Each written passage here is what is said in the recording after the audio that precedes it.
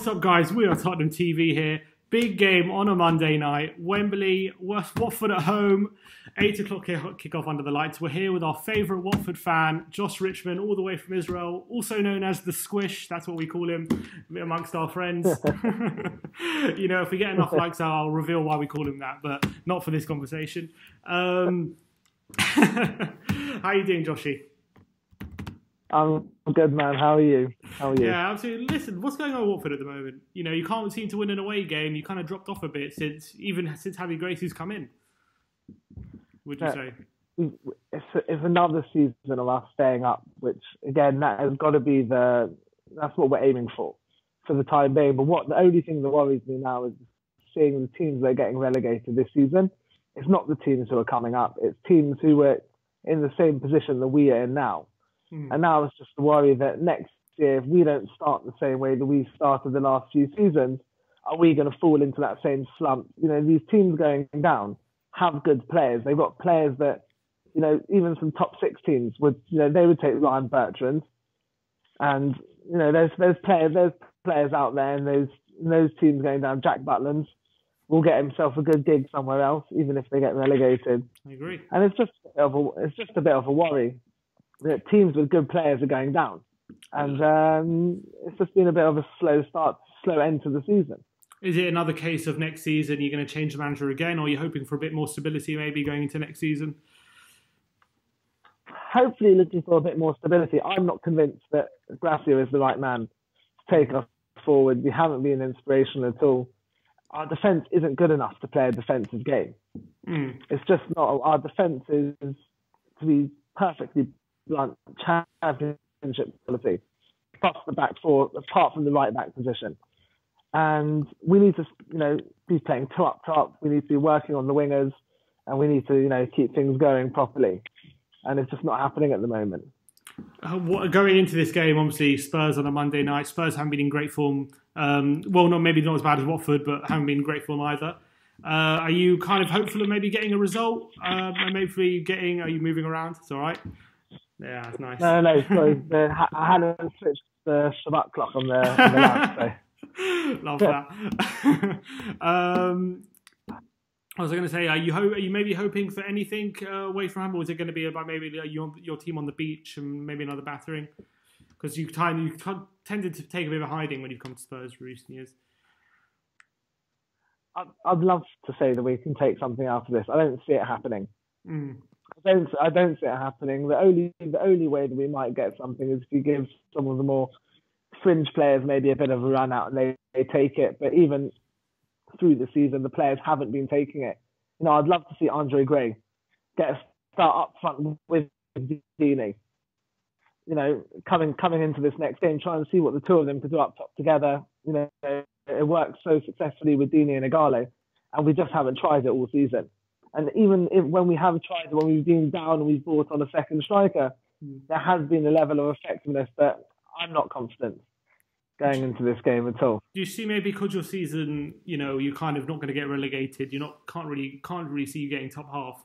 Do you see maybe having a go at Spurs? You know, instead of just sitting back and soaking up pressure and trying to get a point. I don't think we're going to sit. I don't think we're going to sit back on purpose and try and soak up pressure. Just not playing with the same fluidity. When we played earlier on in the season, we were tearing teams who are much better than us apart and giving games. Even when we were getting battered, we played well. Yeah. In those games. Now it's just a case of, you know, we're losing games with late goals, sloppy set piece goals. We're coming up against the bigger teams and we're just rolling over because we're not playing with confidence going forward. There's no intention of trying to sit back. It's just not happening. What has happened, you know, to players like Richarlison and maybe to Corey, who started the season so well? Have they dropped off a bit, or is it more of a team kind of malaise? It's a team thing. With Richarlison, he came straight from Brazil. He played a full season in Brazil, no pre-season. He's basically played back-to-back competitive seasons.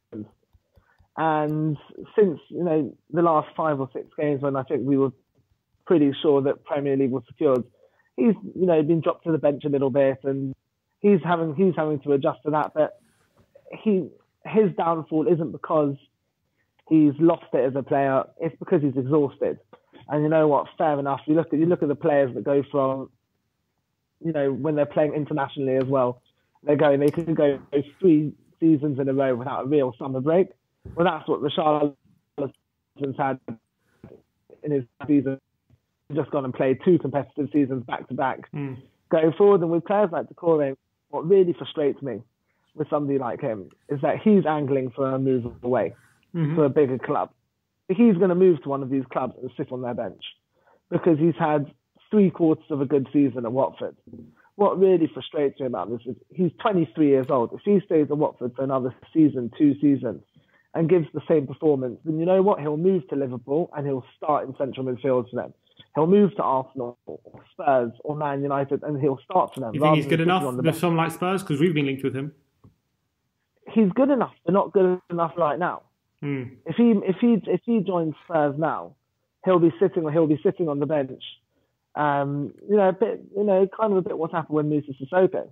He just didn't really prove himself over an extended period of time. They're capable of doing the gig on over a couple of seasons, and it's something. Even if you look at Wanyama with you, it took like a good few seasons at Southampton for him to become the player that he was that you signed.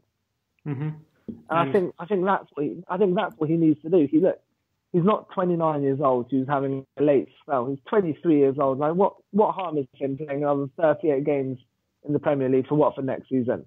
Growing as a player with actually playing on the pitch rather than it's all very nice training with the superstars. But if you're not playing, what's the point? I've been looking at the Watford lineup, who you've tended to play, since you've started getting a run of bad results, and I've noticed something that could probably, fix the problem and the problem you've been having. I think it's around the time you've dropped Aurelio Gomez, isn't it? You know what? I don't blame what Gracia is doing. He's trying to see Gomez is aging. He's picked up a few injuries this season. And our biggest problem was we never had a backup keeper. Every time we brought in a backup keeper, it was just an absolute disaster. And I think just kind of what we're looking for is to see if Karnezis would be good enough to be our number 1 next season.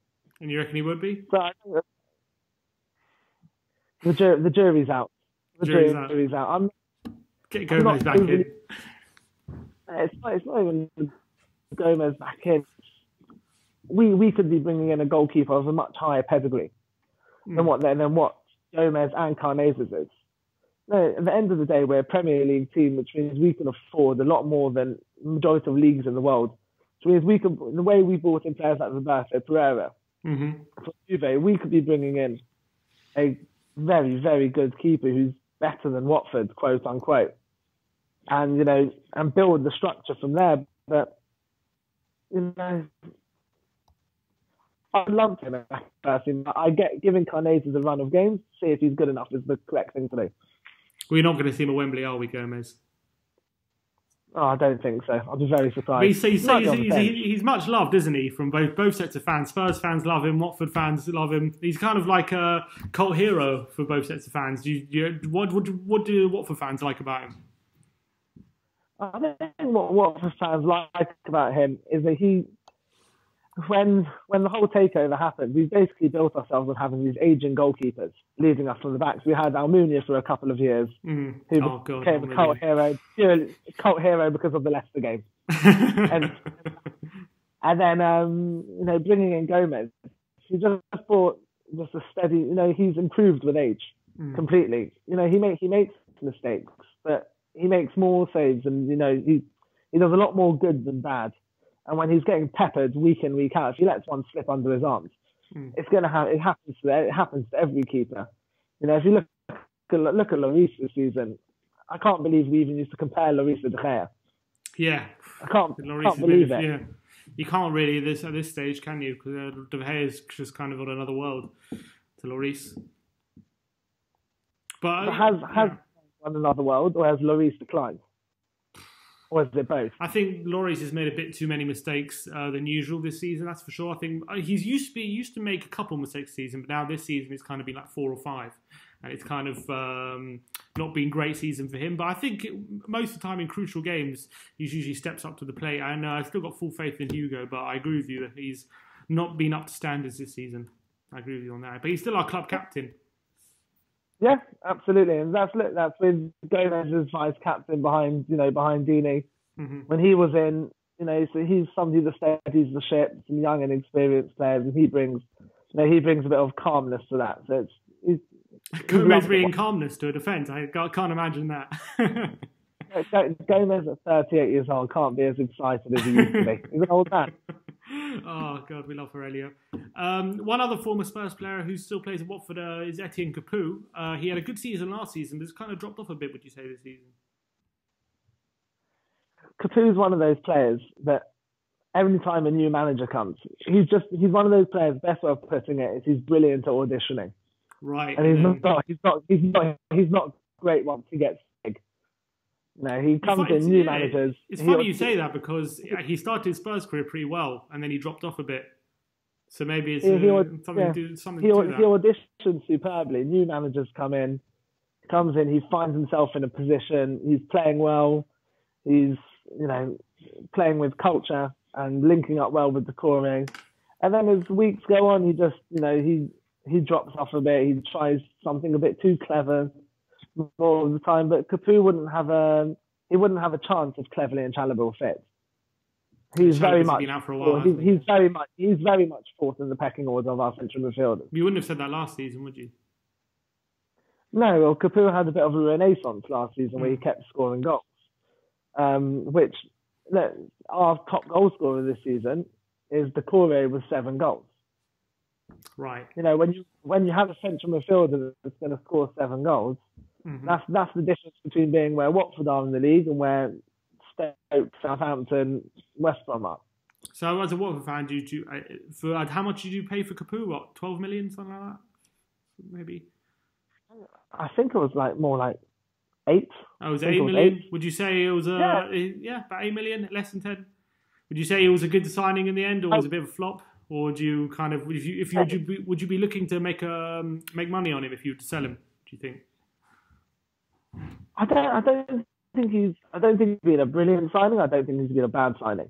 Then there's 8 million in today's economy.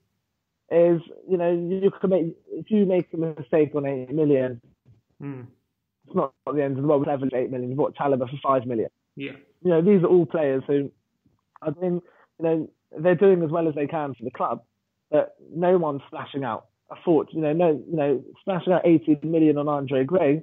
You start thinking, should he have done more? Do we expect more? But 8 million on a central midfielder in this day's economy, if we would sell him, he wouldn't go for less than 8. As a Watford fan, I want to get your perspective on, Watford kind of tend to change their managers quite often. Like every season, I think, was it in the last 8 seasons, you've had 8 managers or something, or 9 managers, something like that. Probably even more. Something like that. Yeah. But if you look at someone like a team like Spurs, who've had the same manager for 4 or 5 years, some argue, obviously we've kind of progressed, but do you see something like a team like Spurs and just long for the stability that team has? Do you think that's something to aim for, that stability? Or are you happy just changing managers and try and make it work like that? Because Chelsea have go that approach and they win trophies, each season, but do you think stability is an important thing? I think everybody is desperate for stability. I think it's finding the stability with the right manager. When you see clubs trying to force stability, they try to force that this manager is going to be the perfect manager for your club, and we're going to go through it with thick and thin, and before you know it, that team is sitting in a torrid position. They're trying to replace them with one of the relegation experts like Allardyce or Pardew, who didn't really work out. But I think at Watford we're vying for stability, but it's got to be with the right person. I wouldn't want us to keep on with Gracia if he's not going to be the correct person for stability. I wouldn't want us to have carried on with Marco Silva when we went that many games without. Again, it's not even about not winning. It's about not even looking like winning. And that's what, at the end of last season with Matsari, it was announced he was leaving before the end of the season. Last game of the season, we're playing Man City. And we got rolled over, I think it was either 5 or 6-0 at home in his last game, which just showed the players didn't care. Mm-hmm. Players didn't care for him. He didn't care. And you can't stay on with a manager who's a frog when you're looking for a prince, because it's just going to come back to bite you. So who would you say you've backed all the managers who've been sacked, the sacking of the managers? You think they've been the right choices? Yeah. Pretty much. And then in hindsight, maybe we should have kept on Quique Sanchez-Flores for another season. But then again, we had a terrible second half of the season. It was only marked by the fact we got to the FA Cup semi-final. But if you looked at our league form, we were on around 30 points by Christmas and finished on, I think it was like 30 points. So if you got the season like that, the next time round, you're in trouble. And I don't think we have the capability of the second half season performance that will keep us in the goods. All right. What's your prediction for Monday night then? Well, I'm hoping that I have a few family members sitting in the Spurs end. So I'm hoping that we can go out and get a draw, 1-1. I'm not optimistic about it, but then again, you never know. You never know with Spurs at the moment. Well, with Kane, hungry for that golden boot, you reckon he's going to be on it this game? You're scared of that fact? I'm scared he's going to be on Ericsson for some dubious goal panels. But apart from that, no, look, he's Harry Kane's a quality player. My only hope is he doesn't look fit. He doesn't look match fit, Kane. So actually, him starting, I know I'm going to eat my words by saying, but him starting could actually be beneficial to a couple of centre-backs who don't mind kicking him like they did in the first game. That's right, yeah, because the first game in the season. Yeah, it was a close game, that one, and Watford could have even won it after we went down to 10 men. Yeah, and look, I'm quite happy for, with Kane. If he's not 100% fit, he's not going to like defenders getting, rough and, tight to him. So you never know. It could be that Kane is the reason that we can actually salvage a point, but I don't have high hopes. I need to double check. I'm not even sure we've scored a goal away from home since. Yeah, I believe Harry Gracie has not won a game away from home. I think I'm correct in saying that. I'm not 100% sure. Yeah, we haven't won a game. We haven't won a game. I'm not not even sure if we've scored a goal. We might have scored one or two. I'll have to double check that, but I'm not sure. But I'll leave that to you. It hasn't been fun. Yeah.